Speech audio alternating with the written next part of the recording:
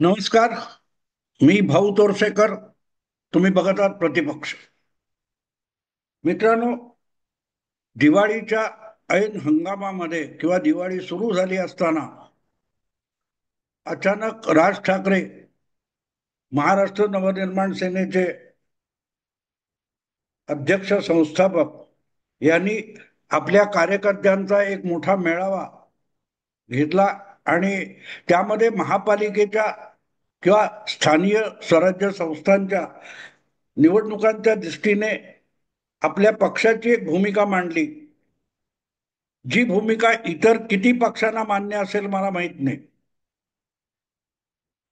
पण जोपर्यंत निवडणूक मतदारांच्या यादीमध्ये त्यांच्या मतानुसार जो घोळ आहे, आक्षेप आहे, गडबडी आहे, त्या साफ केल्या जात नाहीत तोपर्यंत निवडणुका होऊ देणार नाही आणि होता कामा नयेत. ही भूमिका त्यांनी पत्रकार परिषदेत सुद्धा मांडली होती आणि ती अधिक विस्तृतपणे आपल्या पक्षाच्या, आपल्या पाठीराख्यांच्या मेळाव्यामध्ये राज ठाकरे यांनी मांडली. अर्थात तो त्यांचा अधिकार असतो, प्रत्येक पक्षाचा अधिकार असतो, राजकीय नेत्याचा अधिकार असतो, सामान्य मतदाराचा सुद्धा अधिकार असतो. त्यामुळे लोकशाहीमध्ये अशा प्रकारे भूमिका मांडल्या जातात, त्या वास्तवावर आधारित असाव्यात, ही एकूण लोकशाहीची आणि सामान्य नागरिकांची अपेक्षा असते. नसेल तर तुम्ही तुमच्या भूमिका मांडायला मोकळे असता, पण म्हणून त्या स्वीकारल्या जातील असं नाही. हा एक गोष्ट असते, प्रसार माध्यमांचा जितका तुम्ही वापर कराल त्याचा सगळीकडून प्रतिध्वनी उमटत असला तरी तो तितका प्रभावी ठरतो असं बिलकुल नाही. हे यापूर्वी अनेकदा सिद्ध झालेलं आहे. आणि राज ठाकरे प्रसार माध्यमांचा किंवा या सगळ्या इव्हेंट मॅनेजमेंटचा अतिशय अप्रतिम वापर करतात, हे हळूहळू करत सगळ्यांनी मान्य केलेलं आहे. आणि त्यामुळे त्यांचा मेळावा कमालीचा यशस्वी झाला, याविषयी मनात शंका बाळगण्याचं कारण नाही. कारण सगळ्या जवळपास मराठी वाहिन्या असतील किंवा बहुतांश असे दिवसभर चालवणारे युट्यूबर्स असतील, या सगळ्यांनी राज ठाकरे यांच्या त्या मेळाव्याचं अखंड थेट प्रक्षेपण सुद्धा केलं. किती लोकांनी ऐकलं असेल माहित नाही, किती लोक त्यांनी प्रभावित झाले असतील असं माहित नाही, पण एक भूमिका समोर आली आणि त्यामुळे काही प्रश्न निर्माण होतात की ज्यांच्या सोबत जाऊन राज ठाकरे यांनी 2-3 दिवसापूर्वी निवडणूक आयोगाची शिष्टमंडळ म्हणून भेट घेतली आणि पत्रकार परिषद सुद्धा घेतली होती, त्यापैकी किती पक्षांना राज ठाकरे यांचा हा पवित्रा मान्य आहे. कारण यासंबंधी, त्या पत्रकार परिषदेसंबंधी मी व्हिडिओ आधी करून झालेला आहे की शरद पवारांनी शिष्टमंडळाच्या दुसऱ्या आयोग भेटीमध्ये पाठ का फिरवली, अशा शीर्षकाचा माझा जो व्हिडिओ होता त्यामध्ये मी एक गोष्ट साफ केली की राज ठाकरे यांची ही भूमिका नवी नाहीये. निवडणूक आयोगालाच अगदी धारेवर धरायचं आणि आंदोलन भूमिका ही थेट निवडणूक आयोगाविरुद्ध घ्यायची, हा राज ठाकरे यांचा पवित्रा आजचा नाहीये, तो 2019च्या निवडणुकीनंतरचा आहे. सॉरी, लोकसभा 2019च्या निवडणुकीनंतरचा आहे, जेव्हा राज ठाकरेंनी एक ठाम भूमिका घेतली होती की ईव्हीएम मध्ये गडबड आहे, ईव्हीएम मध्ये गडबड आहे. आणि तेव्हा अगदी काँग्रेस आणि राष्ट्रवादी हे दोनही पक्ष ठामपणे राज ठाकरेंच्या बरोबर उभे होते. पण पुढे जोपर्यंत कागदी मतपत्रिकेवर मतदान घेतलं जात नाही तोपर्यंत निवडणुकीवर बहिष्कार घालावा, ही जी भूमिका राज ठाकरेंनी घेतली होती, त्यानंतर विनाविलंब शरद पवारांनी राज ठाकरे यांच्याकडे पाठ फिरवली आणि ते पाठ फिरवताना सांगितलं होतं की कुठच्याही राजकीय पक्षाला लोकशाहीमध्ये निवडणुकीकडे पाठ फिरवता येत नाही, निवडणुकीवर बहिष्कार घालता येत नाही, कारण त्यातून त्याच्या कायदेशीर अस्तित्वाची समस्या निर्माण होते. राज ठाकरे याच्या पलीकडचे आहेत. कारण त्यांनी मला वाटते 2019 2024 या लोकसभा निवडणुका लढवल्या नाहीत. 2019 आणि 2024च्या विधानसभा निवडणुकात अखेरपर्यंत ते धरसोड करत होते आणि त्यामुळे त्याचे जे परिणाम आहेत ते त्यांच्या पक्षाला भोगावे लागलेले. अगदी त्यांच्या सध्या लाडक्या असलेल्या पुतण्याने आदित्य ठाकरेंनी संपलेला पक्ष अशी राज ठाकरे यांच्या पक्षाची संभावना केलेली होती, पण तो सगळा आता इतिहास झाला. इतिहासातल्या जखमा कुरवाळत भविष्याकडे बघता येत नाही, ही सुद्धा वस्तुस्थिती आहे.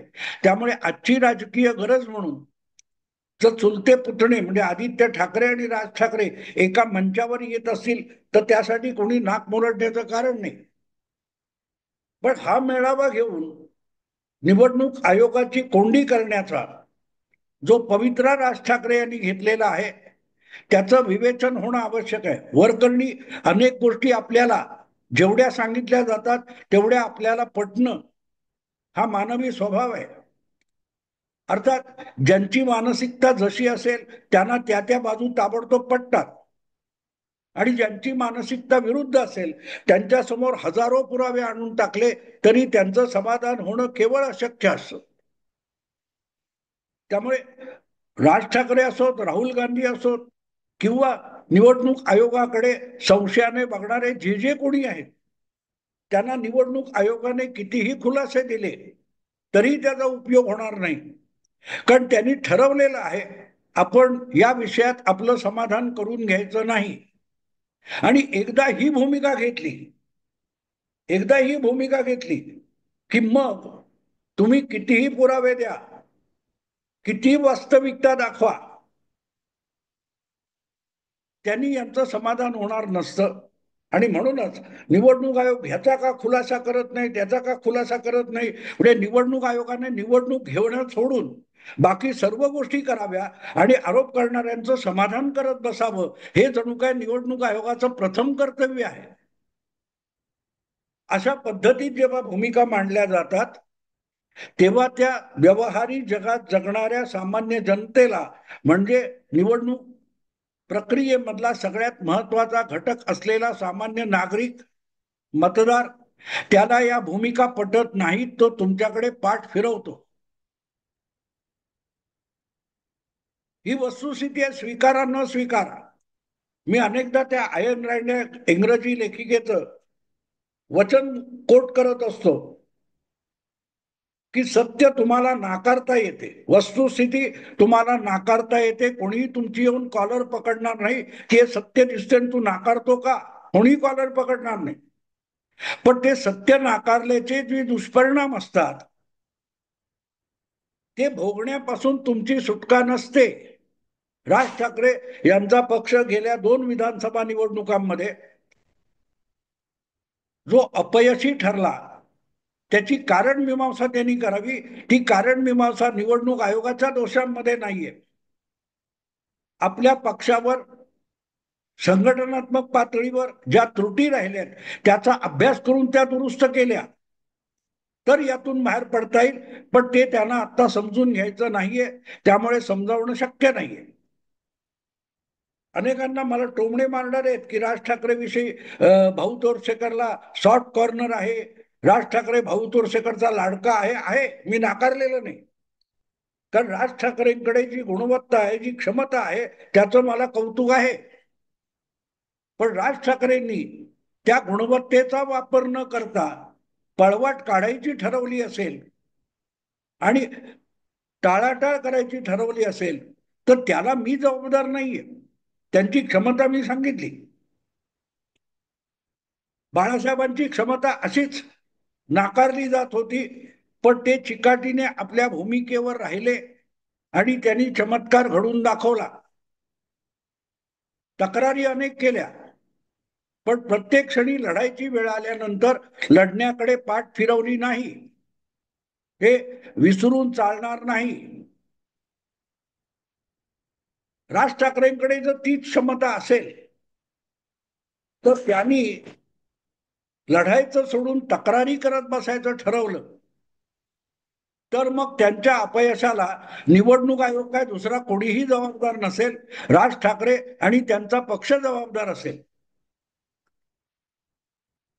हे जाता जाता त्या मेळाव्याचं एक रिपोर्टिंग मी बघितलं थोडं, आणि त्यामध्ये राज ठाकरे यांनी आचार्य अत्रे वाचा असं आपल्या पाठीराख्यांना, समर्थकांना आवाहन केलेलं आहे.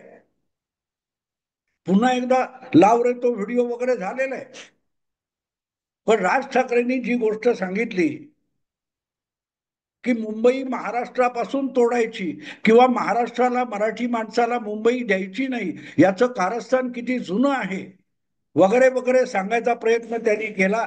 आणि त्यासाठी राज ठाकरे यांनी संयुक्त महाराष्ट्र समितीचे एक सेनापती आचार्य अत्रे यांचा उल्लेख केला. मी तो उल्लेख घेऊनच मला वाटलं की याच्यावर केलं पाहिजे काहीतरी. कारण गंमत अशी असते की तुमच्या समोर अर्धवट विषय आणला तर मग तुम्ही त्याच्यावर पूर्ण माहिती मिळाली, समजून काही कृती करता तर तुमची गडबड होते. आचार्य अत्रे यांचीच एक गोष्ट मी राज ठाकरेंना समजावतो. राज ठाकरे यांच्याविषयी जो दबदबा आहे, कौतुक आहे, ते काय आहे? राज ठाकरे अतिशय उत्तम वक्ता आहेत. एक भूमिका खणखणीतपणे मांडतात, श्रोत्यांना भारावून टाकतात. पण भारावलेले श्रोते हे निवडणुकीच्या दिवशी, मतदानाच्या दिवशी त्यांच्या पक्षाकडे वळत नाहीत. आणि म्हणून राज ठाकरे यांच्या पदरी गेल्या 10 वर्षामध्ये अपयश आलेलं आहे. अपयश आलेलं आहे. आणि म्हणून त्याच्याशी एक जवळीक साधणारं व्यक्तिमत्व म्हणून आचार्य अत्रेंकडे बघितलं पाहिजे. मी स्वतः भाऊ तोरसेकर, मी 9वीत असताना लालबागला राहत होतो आणि वरळीच्या जांभोरी मैदानावर आचार्य अत्रे यांची सभा होणार होती. आम्ही शाळेतून घरी आल्यानंतर खेळायला बाहेर पडलेले तिघे मित्र म्हटलं चला अत्रे साहेबांचं भाषण ऐकायला जाऊ, म्हणून आम्ही वरळीला गेलो. आणि अत्रे साहेब हे संध्याकाळी 7च्या सभेसाठी जवळजवळ रात्री 10:30 नंतर हजर झाले. पण अत्रेंचं प्रभुत्व आणि व्यक्तिमत्व इतकं जबरदस्त होतं की 3-3.5 तास अत्रे उशिरा आले तरी गर्दी हटत नव्हती. लोक बसून राहायचे, येणार आहेत की नाही सांगा. आणि रात्री 1 वाजता आम्ही परत घरी पोहोचलो. घरी मुलं गेली कुठे म्हणून शोधाशोध झाली. अत्र्यांचं ते भाषण ऐकून आम्ही उशिरा पोहोचलो आणि पोरं हरवली म्हणून जी धावपळ सुरू झाली होती, त्यामुळे आम्ही परत गेल्यानंतर प्रत्येकाला पालकांनी झोडपून काढलं होतं. जायला हरकत नाही, पण सांगून का गेला नाही. इतकी अत्र्यांची लोकप्रियता होती. गर्दी अत्र्यांना जमवावी लागत नव्हती. अत्रे तिथे गर्दी हे समीकरण होतं. आजच्यासारखी माणसं बसमधून, ट्रकमधून आणावी लागत नव्हती. आणि आलेली माणसं मिळेल त्या रस्त्यावर, कुठच्या चिखलामध्ये पण रस्त्यावर मातीमध्ये बसायची. त्या आचार्य अत्र्यांना भारताच्या इतिहासामध्ये पहिलं चित्रपटाचं उत्तम चित्रपट निर्माण केला म्हणून राष्ट्रपती पदक मिळालं होतं. श्यामची आई हा जो मराठी चित्रपट आचार्य अत्रेंनी निर्माण केला होता, त्या चित्रपटाला स्वातंत्र्योत्तर काळात भारत सरकारने सुरू केलेलं उत्तम चित्रपट हे राष्ट्रपती पदक आचार्य अत्रेंच्या त्या चित्रपटाला मिळालं होतं. देशात सगळ्या भाषांमधल्या मिळून एक मराठी चित्रपट उत्तम ठरला म्हणून त्याचे निर्माते, दिग्दर्शक वगैरे काय होते म्हणून आचार्य अत्रे यांना तो सन्मान मिळाला होता. आणि त्यानंतर एका मराठी संपादक, लेखक, दिग्दर्शक, कलावंताचा इतका मोठा सन्मान झाला म्हणून शिवाजी पार्कवर आचार्य अत्रे यांचा जाहीर प्रचंड सत्कार करण्यात आला. त्यालाही किती गर्दी लोटली हे सांगायची गरज नाही. पण त्या आपल्या लोकप्रियतेच्या सत्कार समारंभाच्या गर्दीला उद्देशून जेव्हा आचार्य अत्रे यांनी आभार प्रदर्शनाचं भाषण केलं, त्यामध्ये जे काही अत्रेंनी सांगितलं ते जरा राज ठाकरे यांनी काळजीपूर्वक ऐकावं. मला असं वाटतं की राज ठाकरे यांना राजकारणात पुढे दीर्घकाळ वाटचाल करायची असेल तर आचार्य अत्रे श्यामच्या आईच्या राष्ट्रपती पदकानंतर झालेल्या भव्य जाहीर समारंभात जे बोलले ते राज ठाकरेंना आज सुद्धा उपयुक्त आहे, आवश्यक आहे, उपकारक ठरणार आहे. प्रचंड गर्दी लोटली होती अत्रेंच्या सत्काराला आणि त्या गर्दीला उद्देशून आचार्य अत्रे म्हणाले, अरे बाबांनो, माझा सत्कार करायला, चित्रपटाचं पदक मिळालं म्हणून सत्कार करायला जितकी गर्दी या शिवाजी पार्कवर केलीत तितकी गर्दी जर तुम्ही सिनेमा लागला त्या थिएटरमध्ये केली असती तर माझ्यावर दिवाळखोरीची वेळ आली नसती.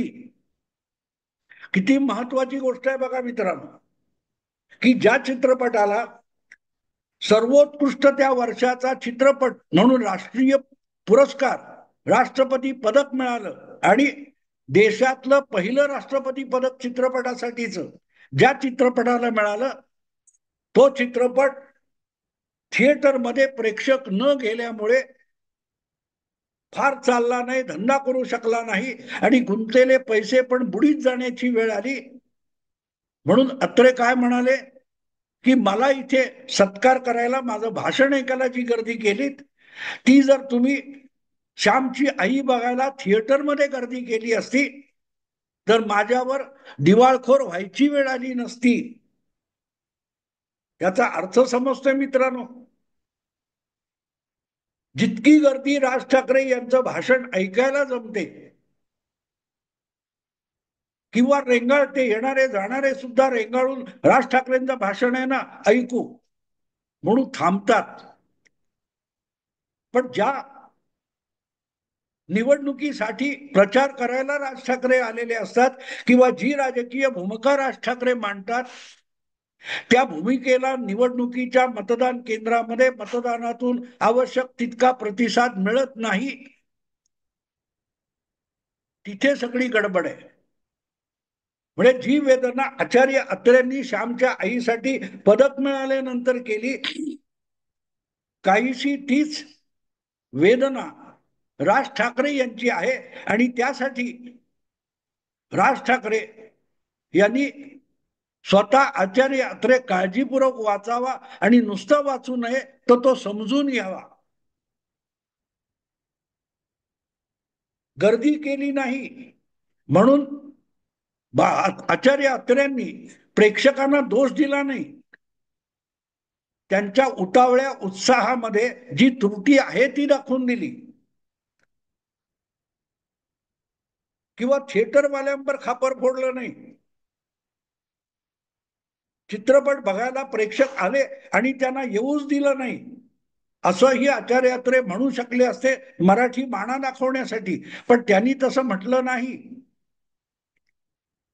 आपल्या भाषणाला इतक्या मोठ्या प्रमाणावर लोक गर्दी करतात, त्यातून लोकांचं मनोरंजन होत असेल, प्रबोधन होत असेल, जे काय व्हायचं ते होईल, पण ते लोक भाषण ऐकून जातात पण मतदान केंद्रात आपल्या पक्षाच्या आघाडीच्या चिन्हावर बटन दाबायला किंवा मताचा शिक्का मारायला जात नाहीत किंवा गेले तर आपल्या पक्षाचं चिन्ह बघून इतर ठिकाणी मत देतात.